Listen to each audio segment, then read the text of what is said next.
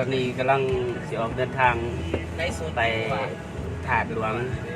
ต้องไล่โซโล่นะ ไปถวายตนกระพึกรวมพ่อแม่ครูบาอาจารย์แต่ละอาจแต่ละองค์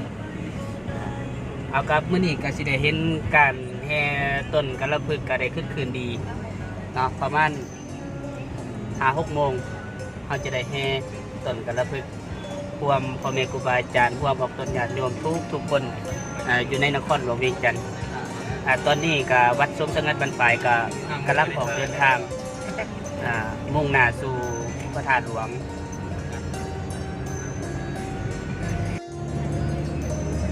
ตอนนี้ก็กำลังไปหับไม่ออกเพิ่นอยู่บ้านฝายไปทางนี้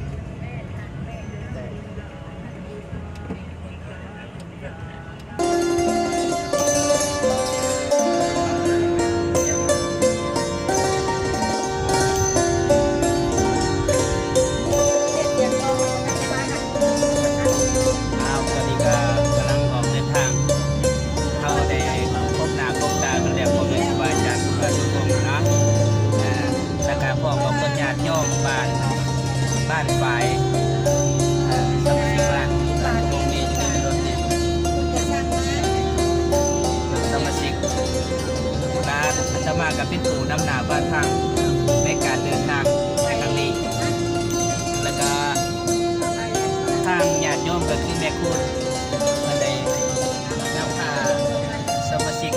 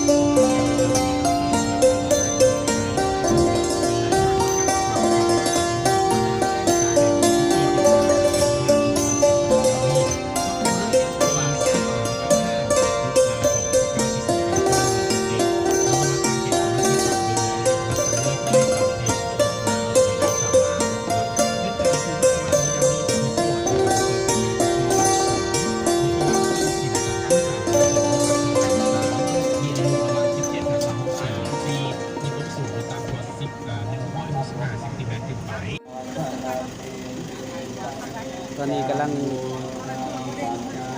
ออกจากรถญาติโยมก็ได้ถือต้นกระพึกเพื่อไปถวายให้พ่อแม่ครูบาอาจารย์นี่คือทีมงานบ้านบ้านฝ่ายเฮาแล้วก็ต้นญาติโยมบ้านฝ่ายสมาชิกบ้านฝ่ายเฮา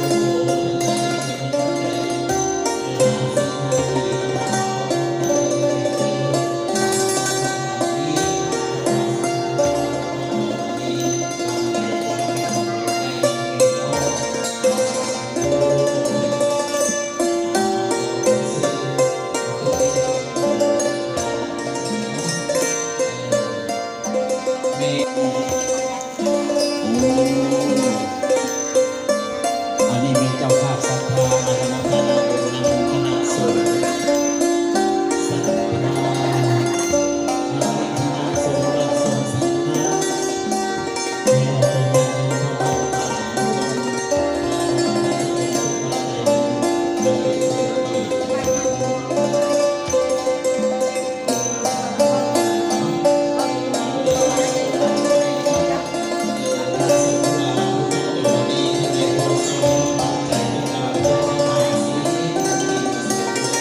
เอา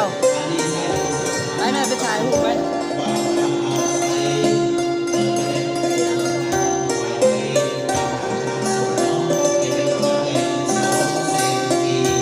เอาเตรียมถ่ายรูปแล้ว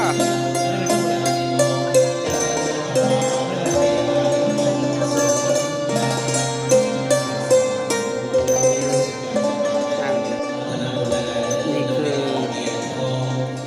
กุฏิวิหารที่อาคารที่เขาที่สร้างเ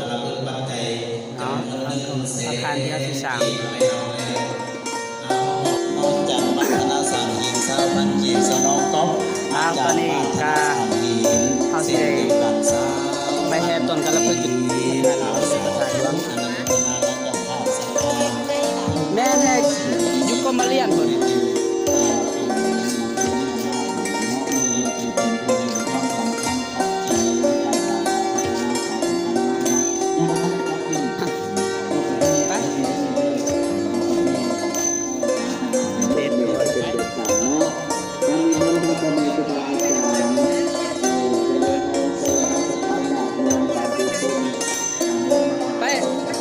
ไปทางนี้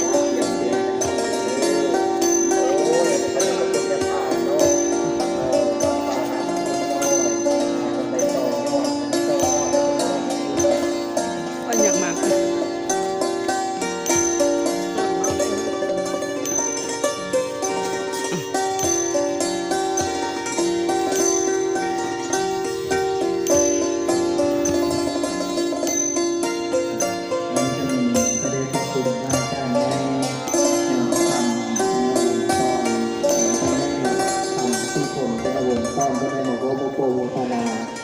เจ้าหนอนด้วยหน่อยทุกคนมันเอา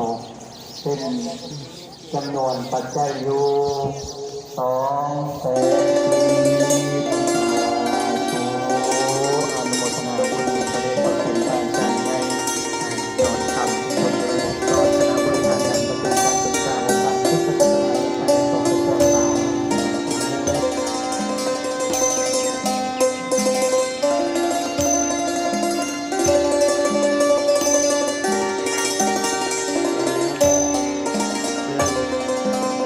เตรียมแห่ต้นกระพึก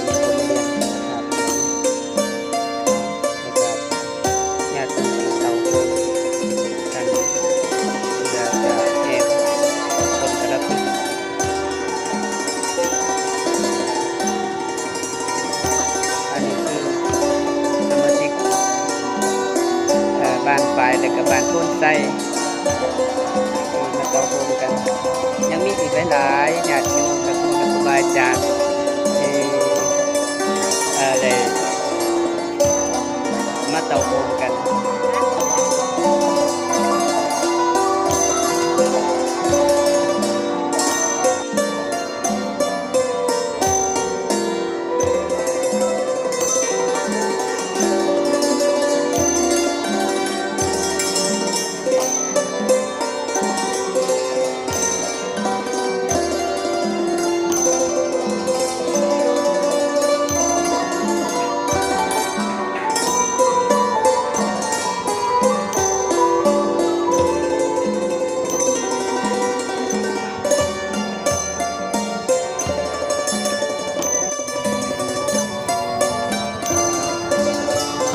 ตอนนี้ก็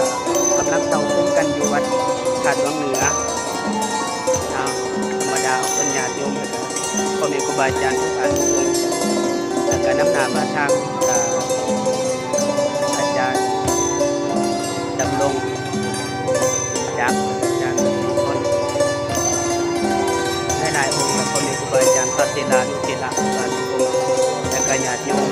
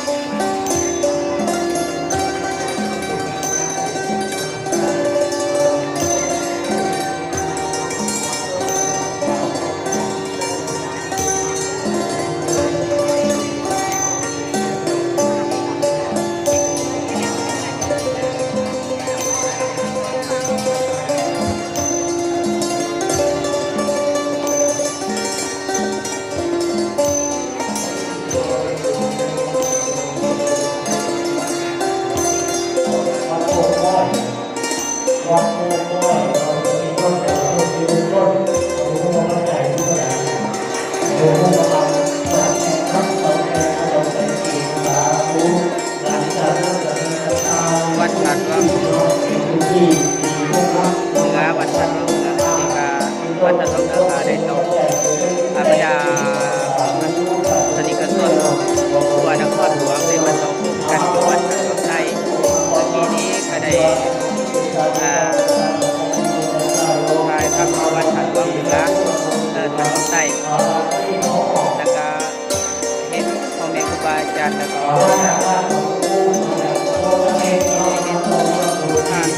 ทำใจ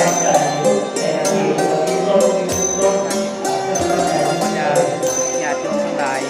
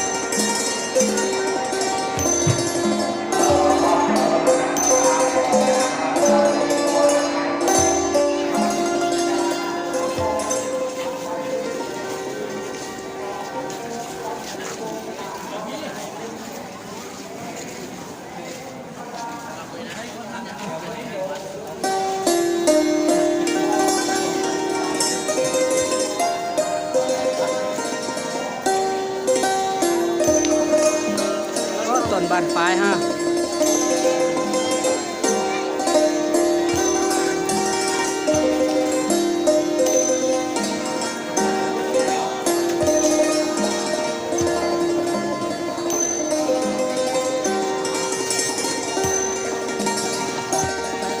เอาตอนนี้กำลังเริ่มตีเขาในโรงเรียนและน้องกำลังเรียนเขาไป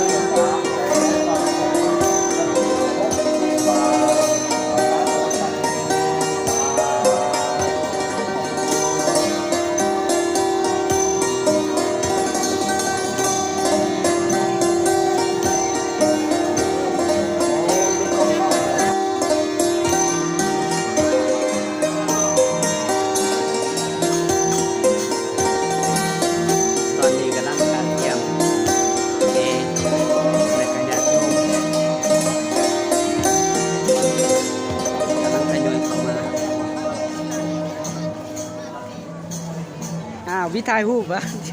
ขอ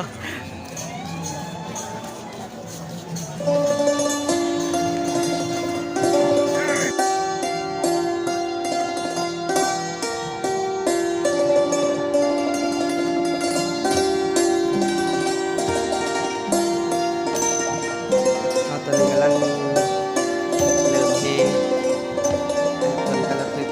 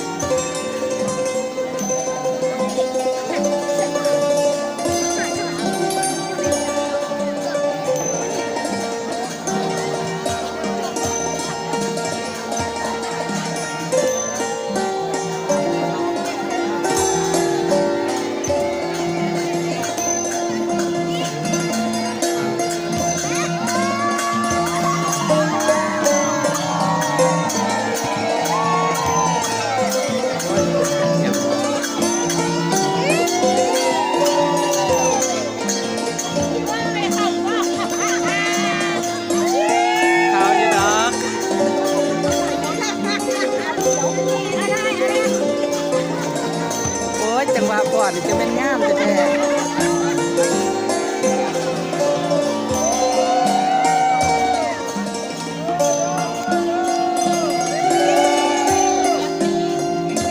หรือว่าเป็นภาพที่ประทับใจหลายเนาะวันนี้เราได้ร่วมยิ้มร่วมใจกันบรรดาพุทธบริษัททั้งหลายตัวนครหลวงได้เต้าพบกันแห่ต้นกระพึกที่เดินก็มาเรียนพระธาตุหลวงน้ำเพียงกันเนาะทั้งพ่อแม่ครูบาอาจารย์ทุกการทุกองค์แต่ละเมืองเนาะแล้วก็สองเมืองตัวนครหลวงได้นำพา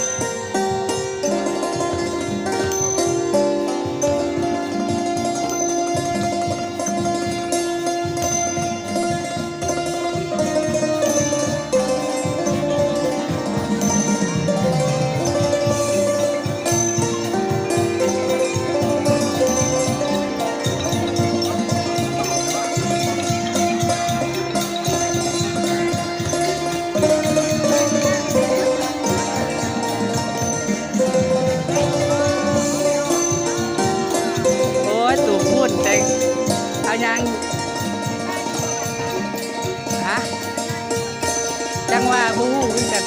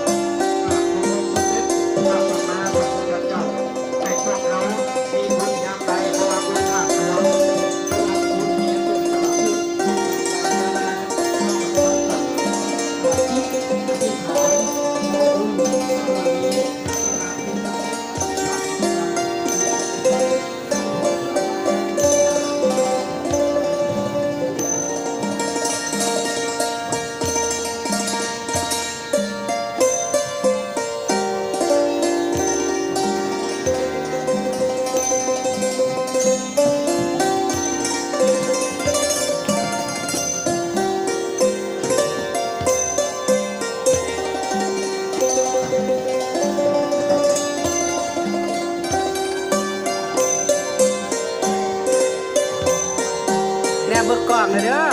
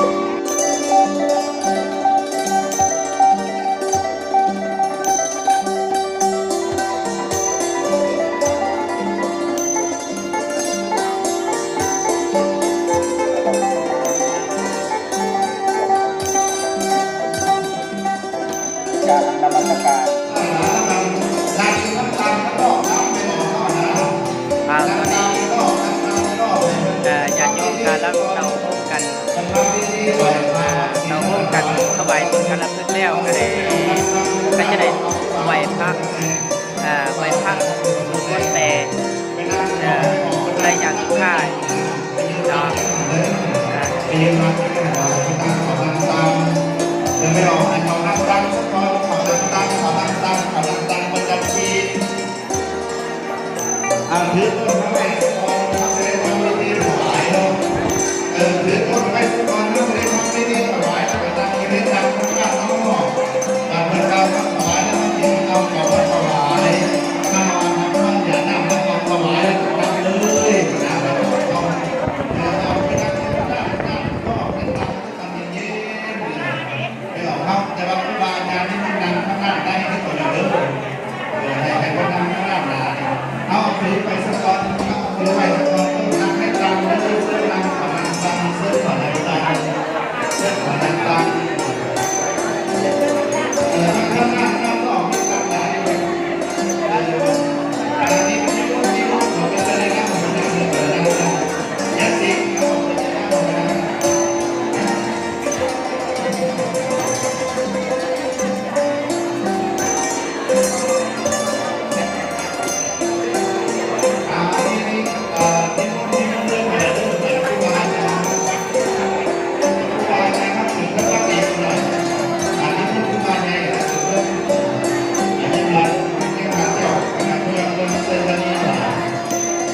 งเจ้าคณะเมืองบนจันทบุรีเอาอันนี้มุนครูอาจารย์นั่งที่วันนี้ขน่อยเด้อนี่มุนนั่งรูปเด่นนั่งที่ข้างไหนกันเลย กำลังที่ถวายต้นกระพึกถวายต้นกระพึกแล้วก็หลังจากถวายต้นกระพึกแล้วบรรดาพ่อแม่พระเทระนูเทระพระสุองค์ก็จะได้นำผ้าไหวผ้าสู่ม้วนแปรเนาะ นี่มุนอะไรนี่มุนยักษ์ขึ้นมาเลยนะคือประตูห้องนั่ง กำลังนิมนต์พระเทระนุเทระนำระเบียบเรียบร้อย